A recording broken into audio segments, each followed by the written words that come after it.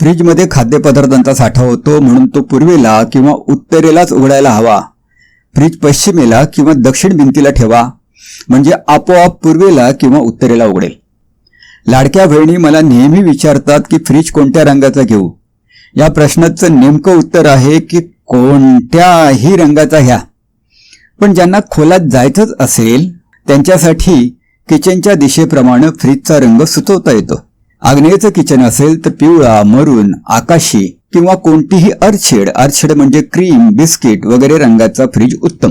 दक्षिणेचं kitchen असेल तर orange, Indigo, गुलाबी, व्हायोलेट किंवा पिवळा. नैऋत्येचं किचन असेल तर लाल, गुलाबी, मरून, व्हायोलेट, पिवळा किंवा अर्धशेड.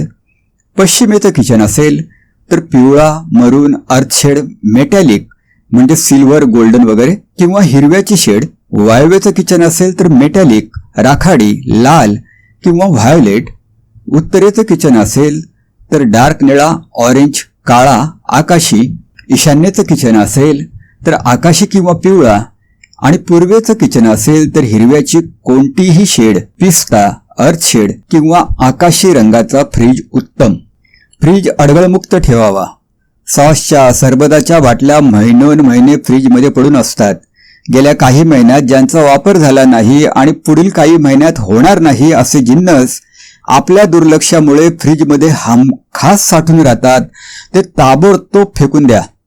फ्रीजचा डोअर लाईट गेला असेल तर दुरुस्त करून घ्या.